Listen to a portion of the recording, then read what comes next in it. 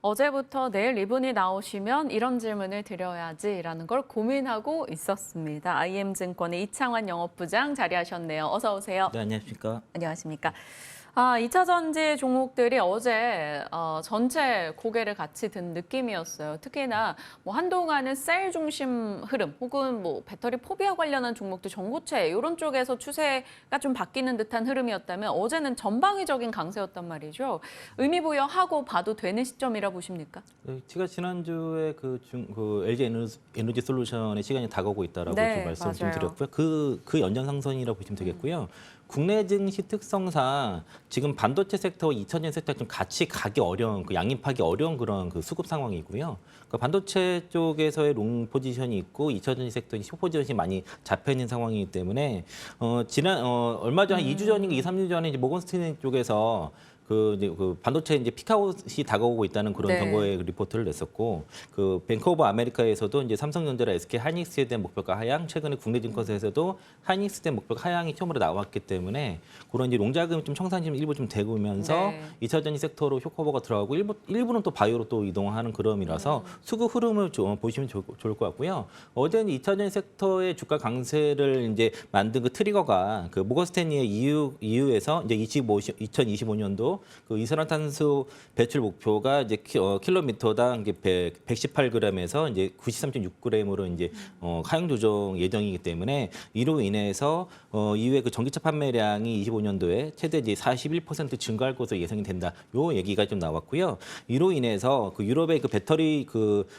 전기차 배터리 가동률이 24년도에 68%, 25년도에 80% 이상 그 개선될 것으로 예상되면서 이게 이제 국내 이제 배터리 업체한테 수익성에 도움이 될 거다라는 네. 언급이 됐고요. 이게 왜 중요하냐면 이제 엔솔의 실적 부진의 가장 큰 원인 중에 하나가 유럽 공장의 가동률 저하입니다. 그 50% 떨어질 때만 해도 여기서 더 떨어지겠냐 싶었는데 이게 40%까지 떨어졌기 때문에 엔솔의 이제 그게 이제 그 유럽 공장 가동률 부진으로 인한 그 실적 저하를 좀 불식시킬 수 있는 그런 이제 그 리포트라고 볼 수 있겠고요. 뭐그 엔솔이라든가 LG와 이런 종목들 급하게 올라가고 유럽에 공장이 있는 기업들 그런 기업들 어제 강했던 거는 충분히 이유 있다라고 볼 수 있겠고요. 유럽에서 엔솔이 이제 25년도에 그 152기가와트시, 25년도에 160기가와트시로 이제 배터리 그 캐파가 생산량이 올라갈 것이고 SK온이 이제 올해 132기가와트시에서 내년도 199기가와트시로 확장될 예정이라서 여기 관련된 밸류체인 업체들은 괜찮다. 지금 현재 유럽에 공장이 있는 기업들, 뭐 에코코로비에, 뭐 롯데에너지 머티리얼즈, SKC 이런 기업들이 수혜가 될 것으로 보여지고 이제 7월 10일에 그 코스피랑 코스닥의 2차전지 섹터에서 공매도 많은 기업들 10개를 소개시켜 드렸거든요. 그중에 대표적으로 지금 6개의 기업을 제가 다시 체크를 해봤는데 포스코 퓨처엠이랑 LG에너솔루션, 포스코홀딩스 그리고 코스닥에서는 에코프로비엠, 에코프로, 에코프로 HN이 각각 다 지금 8월 28일까지 봤을 때 공매도 잔고가 줄었네요. 현저히 줄었습니다. 네. 다만 LG에너솔루션 공매도 잔고가 상당히 덜 줄은 거는 주가가 많이 올라서 그래요. 그러니까 주식 수는 좀 많이 줄었어요. 그래서 2차 전지 섹터 주요 종목들이 지금 쇼커버링이 들어가고 있고 에코프로 HN을 좀 주목해 보셔야 될 게 시가총액이 7천억대거든요.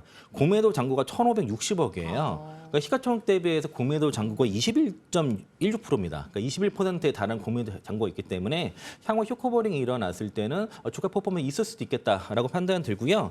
에코프로 그룹주에 대해서 좀 AS를 해드리면은 일단은 에코프로비엠이 그 전환가액이 그 CB 5회차 CB가 있거든요. 요게 지금 전환가액이 20만 6,250원까지 떨어졌고요. 이게 최저치입니다. 리피싱 더 이상 안 되고 그러면은 이게 지금 이 CB가 만기가 28년 7월이거든요. 만기 수익률 2%입니다.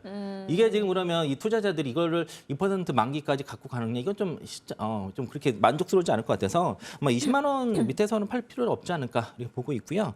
그리고 이제 그 경북 영일만 산업단지에서 에코프로가 이제 포항에 1에서 3단지 그러니까 1에서 3 캠퍼스가 있고 4캠퍼스 지금 설립 중인데 1에서 3 캠퍼스까지가 이제 캐파가 18만 6천 톤이고 4캠퍼스가 완공이 되면 24만 톤까지 캐파가 늘어나는데 이제 이 캐파 얘기를 왜 하냐면 27년까지 이제 북미랑 헝가리 다 포함해서 71만 톤 캐파 목표를 하고 있는데 이 조정될 수는 있을 것 같아요. 회사에서 이제 변화 줄 수 있다고 언급을 했는데 아직 발표는 하지 않았지만은 이게 판매 목표량이 일단 회사에서 60만 톤으로 얘기한 상태입니다. 그러면 그 디자인 캐파 대비 84.5%인데 일단은 이게 그 캐파 축소를 검토하는 만큼 변화는 있겠지만은 일단 목표량은 60만 톤이거든요.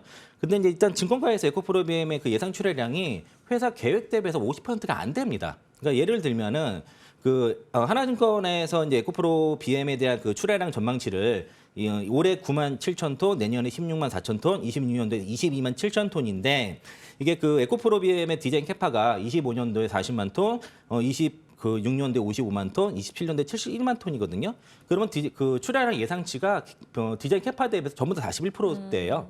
25년, 26년 전부 다 41% 수준이라서 여기서 더 추정을 더 하향한다는 거는 좀 과하지 않나라고 싶어서 일단은 그 에코프로 BM 그 그룹에서 최종적으로 디자인 캐파를 발표하고 나서 그 다음에 이제 출하량이라든가 이제 그 실적 추정치를 수정해도 늦지 않다고 봐서 지금의 좀 증권가에서 에코프로 BM에 대해서 좀 우려를 하는 것들은 아주 좀 빠르다라고 좀 판단하고 있고요. 2차 전지 투자자들이 이제 기억해야 될 세 가지 빅사이클에 대해서 전에 말씀드린 적이 있는데 네. 다시 한번 상기시켜드리면 그 전기차 캐즘을 극복하고 2025년에서 26년까지 북미 시장에서 전기차 대량 생산 사이클 첫 번째고 이제 곧 시작돼 24년에서 26년까지 금리 인하 사이클 그리고 이제 2020 그 내년도 3월 달에 공매도 제도가 시행되면은 공매도를 하는 게 앞으로 더 어려워집니다. 그리고 최소한 앞으로 이제 만기가 1년이기 때문에 20년 3월까지 인쇄전용 공매도 세력들은 전략을 다 상환해야 하는 그런 그 공매도 그 쇼크버닝 사이클까지 같이 세 가지 사이클이 올 거고요. 그 마지막 하나 추가되는 거는 아까 유럽 시장에 대한 얘기가 있지 않습니까? 그러니까 이제 유럽 시장이 정상화될 수 있는 요인들은 중국 전기차에 대해서 관세를 부과하고 그리고 EU 배터리법과 그 CRA법 이런 것들이 시행되면은 2025년부터는 유럽 시장도 지금 그 국내 배터리 기업들한테 수혜가 되는 시장이 올 거다라고 볼 수 있겠습니다. 네. 2차 전지 전반에 대해서 각 포스코 그룹주, 에코프로 그룹주 혹은 들려오는 뉴스 보고서에 대한 내용을 꼼꼼하게 잡아주셨으니까요. 관련한 종목을 보유하고 계신 분들께는 분명히 도움이 되셨으리라 생각됩니다. 자, 이제 방위산업주로 가겠습니다. 이제 방산주도 뉴스는 좀 쉼없이 나오고 있긴 합니다. 요즘에는 좀 전차 혹은 함정, 철도 이런 쪽으로 조금 압축되는 분위기도 있긴 한데 어떻게 보시는지 방산의 긍정의 시각이시라면 탑픽도 공개해 주세요. 그러니까 오늘부터 이제 폴란드에서 그 유럽 3대 방산 전시회인 그 MSPO가 이제 개최가 네. 되고요. 그 방산 업체들이 여기에 되게 많이 집중을 하고 있는데 일단 이 이유가 이제 어쨌든 그 뭐 현대 로템을 비롯해서 이제 수주에 대한 가능성 때문에 일단 폴란드에서 어쨌든 열리는 거니까 그 기대감이 있는 상황이고 일단 그 폴란드 2차 무기 수출 대한 기대감이 일단 큰 상황입니다. 크다기보다도 기대감 있는 상황이고 9월 10일에는 그 호주 랜드포스 전시회도 있고 10월 14일에 미국 그 AUSA 전시회도 있어서 앞으로 이제 방산에 관한 이벤트들이 좀 있어요. 다만 이제 제가 조심해야 될 거를 말씀드리고 싶은 거는 일단 최근에 이제 그 지난달만 해도 폴란드 국방장관이 이제 그 현대 로템에 대해서 2차 계약에 대해서 가능성이 높다는 식으로 얘기를 했다가 한 2주 전부터 2, 3주 전부터 폴란드 현지 언론에서 지금 예산이 없다는 얘기가 나오고 있습니다. 그러니까 폴란드 정부 예산이 없어서 무기 계약이 어렵다는 얘기가 나오고 있어서 이번에 그럼 9월 달에 지금 그 방산주가 신고가 갔다가 조정받다가 좀 반등 구간인데 전고점을 넘어가기에는 지금 재료가 좀 뭐 부족하지 않나 싶어서 그 계약이 안 될 수 있는 리스크에 좀 대비해야 되지 않나 싶어서요. 지금부터는 그래서 전 방산주는 좀 리스크 대비해서 좀 비중을 축소를 하고 또 충분히 좀 조정을 받은 후에 재매수를 노리는 타임을 잡으셨으면 좋겠고요. 일단 그 MSPO가 주가 상승 모멘텀에서 반등 나올 때는 좀 줄였으면 좋겠고 그리고 대부분 이제 증권사 목표가들이 방산주로 도달해서 목표가 상향은 되고 있습니다. 예를 네. 들면은 뭐 현대 로템이 그 해외에서 5만 5천 원에서 6만 5천 원 상향을 했고 LIG 넥스원도 그 전에 20만 원이 거의 목표가였다가 최근에는 뭐 26만 원까지도 다 목표가에서 상향은 되고 있는데. 그러니까 도달한 상태에서 이제 그런 그 상향되고 있지만은 아까 그런 수주된 부대 안 될 수 있는 리스크가 있다는 걸 좀 염두에 두시고요. 현재 시점에서는 그래도 증권사 목표가 대비해서 가장 편한 위치에 있는 게 항공우주인 것 같고 2분기 어닝 서프라이즈가 낮죠. 영업이익이 이제 735억에 그래서 이제 전년 동기 대비해서 828%, 전 분기 대비해서도 54% 증가 나왔고 3분기, 4분기도 실적이 컨센 상회할 것 같습니다. 그래서 지금 그 방산주 섹터 내에서는 일단 올해 그 3분기, 4분기 실적 좋고 내년도 그 올해 대비해서 대폭 성장이 전망이 되면서 밸류에이션도 모두 편안한 구간에 있다고 한 게 이제 유준투자증권에서 코멘트를 했기 때문에 지금부터는 탑픽을 그전에 현대 로템에서 항공우주로 바꾸겠습니다. 네. 방산 섹터의 리스크 요인에 대해서 좀 주의의 목소리 주셨으니까 확인해 주시고요. 섹터 내에서 탑픽은 일단 한국항공우주 얘기해 주셨네요. 자, 저희 기아 AS 짧게 하고 오늘의 종목으로 가겠습니다. 8월 13일 종목이었던 기아 자동차 쪽의 모멘텀이 강화되는 듯 했다가 현대차 인베스터데이 이슈가 너무 짧게 좀 시장의 단발적 영향으로 그친 느낌이라 기아도 살펴주셨으면 합니다. 네, 거의 그 밸류업에 대해서 뭐 기대감이 있지만 분명히 나왔지만은 앞으로 이제 세제 개편안이 확정이 되고 나서 아마 추가적으로 발표가 있을 거로 생각이 들고요. 현대차, 기아차는 기아는 그냥 배당도 투자로도 괜찮아요. IS 계좌에다 장기적으로 넣어놓고서 그렇게 이제 배당 받으면서 장기 투자하시는 전략도 괜찮고 이번에 8월달 데이터가 현대차는 내수는 좀 선방을 했지만 해외에서 부진했고 기아는 이제 그냥 선방하는 정도인데 주목할 볼 만한 거는 내연기관차라든가 이런 쪽은 좀 부진했지만은 캐스퍼 EV라든가 EV3가 역대 판매량 최고치를 찍었거든요. 그러니까 지금 전기차 캐즘이라든가 뭐 전기차 포비아 이런 걸 다 떠나서 전기차는 잘 팔린다는 겁니다. 그러니까 그 가격 경쟁력이 있고 가성비가 갑인 그런 EV3라든가 캐스퍼 EV는 상당히 잘 팔리고 있다라고 볼 수 있겠고요. 그래서 제가 전에도 그 캐스퍼 EV랑 기아 EV3는 동급 차량 중에서 향후 2, 3년 동안은 적수가 없다라고 좀 말씀을 좀 드렸는데 그 뷰고 그중에 여전히 기아 탑픽으로 말씀드리겠고요. 일단은 4월 달에 그러니까 4분기에 주주환원 정책도 또 있을 거니까 배당도 받으면서 장기 투자 관점에서 기아 계속 유지하겠습니다. 알겠습니다. 기아 AS 잡아주셨고요. 오늘 종목이 LG화학입니다. 모건 스탠리 보고서에 어제 LG엔솔 그리고 LG화학 등 목표가를 같이 상향 조정을 했는데 LG화학에 대한 지금 매력 포인트 어떤 거라고 보십니까? 그 코로나 팬데믹 시절보다 지금 쌉니다.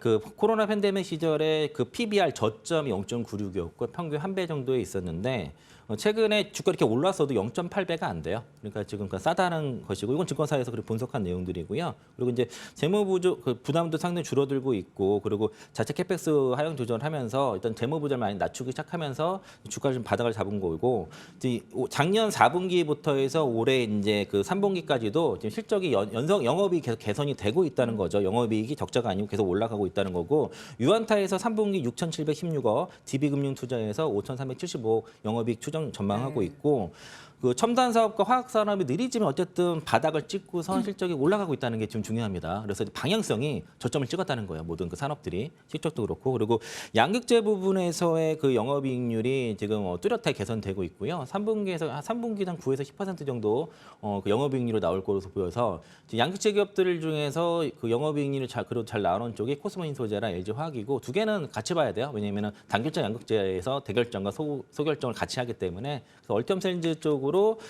늘어날수록 LG화학과 이제 그 코스모 신소재 두 개가 괜찮을 것 같아서 그래서 싼데 업황이 전체적으로 좀 개선이 되고 있다. 그 사업이 전체적으로. 그래서 이제 역대급 밸류에이션을 좀 바닥을 받고 있으니까 최근에 반등을 좀 했어도 뭐 누림시에 매수 관점에서 말씀드리겠고요. 참고로 LG화학 우선주가 LG화학 본주보다 좀 덜 올랐습니다. 그래서 매수 관점에서는 LG화학을 살지 우선주를 살지는 좀 판단해서 조심하면 좋을 것 같습니다. 네. LG화학 살펴주셨고요. 증권사 요즘 최상단 목표가는 어느 정도 제시됩니까? 이거 말씀 안 드렸네. 유한타증권에서 66만 원 제시했고요. 지금 주가면 거의 100% 상승 여력이 있네요. 그래서 목표가 66만 원 말씀드리겠습니다. 네. 34만 원의 전일 종가인데 66만 원의 유한타증권의 목표가 굉장히 높게 잡혀 있다라는 점도 눈에 띕니다. 지켜보도록 할게요. 자, 오늘 이창한 영업부장님과 함께 이야기 풀어봤습니다. 고맙습니다. 고맙습니다.